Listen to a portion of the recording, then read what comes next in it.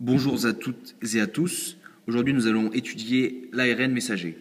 Alors, dans une cellule, on a un noyau, un cytoplasme. Comme vous pouvez le voir, dans le noyau, on a la séquence de nucléotides d'un gène, et dans le cytoplasme, on a la séquence d'acides aminés d'une protéine. Alors, on cherche comment est-ce que la séquence de nucléotides peut modifier et coder la séquence d'acides aminés. Car il y en a un qui est dans le noyau et l'autre dans le cytoplasme. Cela, ça va se faire grâce à l'ARN messager, qui est un intermédiaire entre le noyau et le cytoplasme. Alors cet ARN messager va premièrement se synthétiser, donc c'est ce qu'on appelle la transcription. Il va se transcrire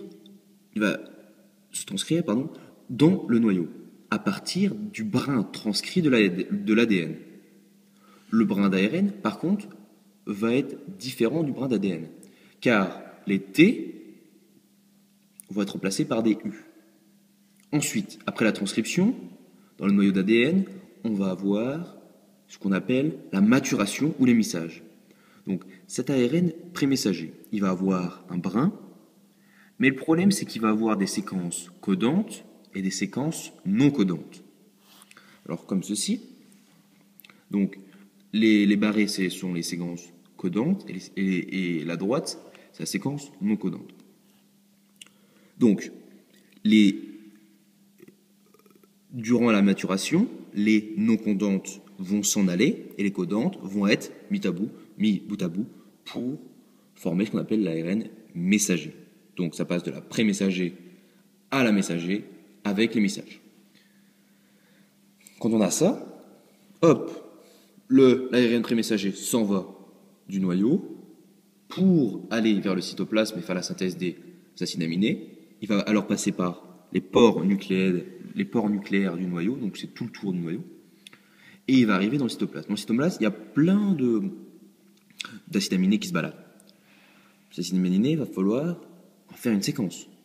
Alors il y a un ribosome, qui est une sorte qu'on peut dessiner comme ceci, hein, comme une sorte de brioche, voilà, une sorte de rond, comme vous voulez. Hein. Et ce ribosome va se mettre le long de l'ARN messager et va faire l'assemblage de tous les acides aminés pour faire une séquence d'acides aminés. Alors, il va commencer au codon initiateur AUG et va terminer au codon UAG. Donc, je rappelle qu'un codon est égal à 3 nucléotides. Donc, il va prendre 3 nucléotides pour faire un acide aminé. Voilà.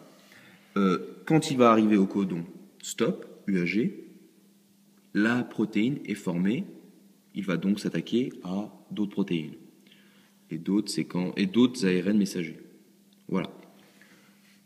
Voilà, j'espère que j'ai été clair. Et si vous avez des questions à me poser, posez-les-moi en dessous de la vidéo. Vous pouvez suivre mes autres vidéos sur ma chaîne YouTube. Voilà. Bon contrôle et si vous avez des questions, au revoir.